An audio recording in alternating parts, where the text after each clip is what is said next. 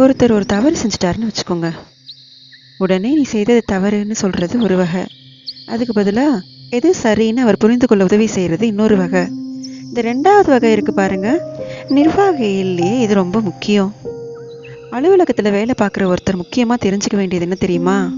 சக ஊழியர்கள்கிட்ட எப்படி பழகணும், மேலதிகாரிகள்கிட்ட எப்படி பழகணும், தனக்கு கீழே வேலை செய்கிறவங்கள்ட்ட எப்படி பழகணும், வாடிக்கையாளர்கள்கிட்ட எப்படி பழகணும், இவங்க எல்லாரிடமும் செம்மையான உறவை ஏற்படுத்திக்கிறது எப்படி, இதையெல்லாம் சொல்லிக் கொடுக்குற பாடம் தான் இன்டர்பர்சனல் ஸ்கில்ஸ், திறமையான உறவு என்பது. எந்த வேலையில் இருந்தாலும் சரி, இந்த உறவுகளை வளர்க்கும் திறன் உள்ளவங்க சீக்கிரம் முன்னுக்கு வந்துடுறாங்க. மற்றவர்களிடம் உறவை பலப்படுத்திக்கிறது எப்படின்னு தெரிஞ்சுக்கிட்டோம்னா எந்த ஒரு தடையையும் சுலபமாக தாண்டி செய்கிற தொழிலில் முன்னுக்கு வந்துடலாம். ஹார்வர்ட் பல்கலைக்கழகத்தில் ஒரு கணக்கெடுப்பு பண்ணி பார்த்தாங்களாம். பார்க்குற வேலையில் எது மாதிரி குணாதிசயம் உள்ளவங்க வேகமாக முன்னுக்கு வராங்கன்னு தெரிஞ்சுக்கிறதுக்காக இந்த கணக்கெடுப்பு. வெவ்வேறு துறையில் வேகமாக முன்னுக்கு வரவங்க பல பேரை சந்திச்சு இந்த சர்வேயை நடத்தியிருக்காங்க.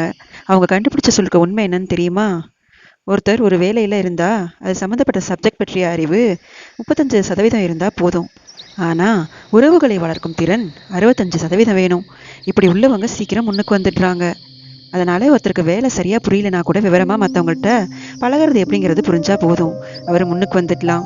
அலுவலகங்களில் மட்டும் இல்லை, எல்லா இடங்கள்லையும் இது ரொம்ப முக்கியம். வீட்டுக்குள்ளேயும் இது ரொம்ப முக்கியம், வீட்டுக்கு வெளியேயும் இது முக்கியம். அடுத்தவர்கள்கிட்ட பழகிறது எப்படிங்கிறத தெரிஞ்சுக்காதவன் வாழ்க்கையில் முன்னேற முடியாது. இன்றைக்கு ஆயுதங்களால் காயப்படுத்தி கொள்கிறவங்களை விட வார்த்தைகளால் காயப்படுத்தி கொள்கிறவங்க தான் அதிகம். பெரியவர்கள் என்ன சொல்கிறாங்க தெரியுமா? நீங்கள் இந்த பூமியில் பிறந்ததோட அர்த்தம் பூர்த்தி ஆகணும்னா அடுத்தவர்களுக்கு உதவி செய்யுங்க.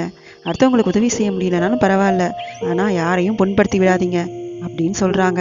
எனக்கு தெரிந்த ஒருத்தர் ஒரு அலுவலகத்தில் வேலை பார்க்குறாரு. அவர் சொல்லுவார், எனக்கு இந்த இன்டர்பர்சனல் ஸ்கில் ரொம்ப அதிகம் சார்.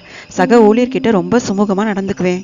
என் கூட வேலை பார்க்குற ஒருத்தருக்கு ஏதாவது ஒரு கஷ்டம்னா அந்த சமயத்தில் அவர் செய்ய வேண்டிய வேலையை நான் செஞ்சிடுவேன் சார் அப்படிம்பார்.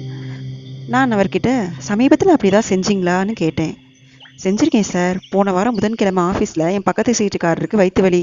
உடனே நான் மெடிக்கல் லீவ் போட்டு எங்கள் வீட்டுக்கு போயிட்டேன் சார் அப்படின்னார்.